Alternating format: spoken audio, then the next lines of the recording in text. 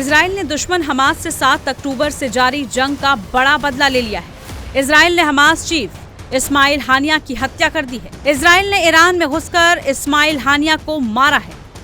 Israel ने Iran में Hamas chief Ismail हानिया के घर को बम से उड़ाकर उसकी हत्या कर दी, जिसमें उसका बॉडीगार्ड भी मारा गया। हमास चीफ की हत्या ऐसे समय में हुई है जब एक दिन पहले ही ईरान के नए राष्ट्रपति मसूद पेजेशकिनियन ने अपने पद की शपथ ली। इस शपथ ग्रहण में शामिल होने के लिए हमास चीफ इस्माइल हानिया वहां पहुंचे थे।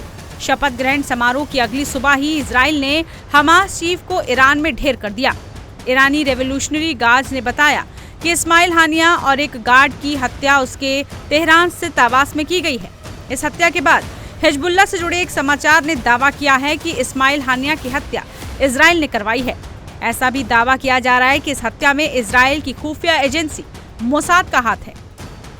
हालांकि इजराइल की ओर से इस पर कोई टिप्पणी अभी तक नहीं की गई है। हमास की मौत पर इजराइल के हेरिटेज मिनिस्टर ने कहा कि हानिया की मौत से दुनिया थोड़ी बेहतर हुई है। हमास चीफ की जिस तरह से हत्या की गई, उससे शक की सुई इजराइल की खुफिया एजेंसी मोसाद पर ही जाती है। इजरायली खुफिया एजेंसी मोसाद का पूरा नाम central institute for intelligence and special operations है। इसके अलावा इजराइल में अमन और शिन बेट भी खुफिया एजेंसी के तौर पर काम करती है। मोसाद की बात करें तो उस पर पहले भी ईरान में घुसकर कई हाई प्रोफाइल हत्याओं का आरोप लग चुका है। मोसाद का प्रमुख काम विदेशी खुफिया जानकारी जुटाना, खुफिया विश्लेषण और खुफिया अभियानों को अंजाम देना है। ये एजेंसी दिसंबर 1949 से ब्रिटिश शासनकाल अवधि के दौरान फिलिस्तीन में यहूदी सैन्य बल की खुफिया शाखा के तौर पर काम कर रही थी। इजराइल की स्थापना के बाद से ही मोसाद लगातार इजरायली सरकारों के लिए काम कर रही है। मोसाद ने कई देशों में सफल ऑपरेशन चलाए हैं। दुनिया के कई देशों में मोसाद कई गुप्त अभियान चला चुका है।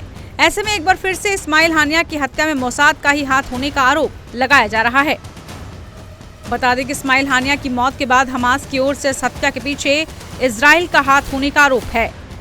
हमास ने साथ ही इस हमले का बदला लेने की बात भी कही है।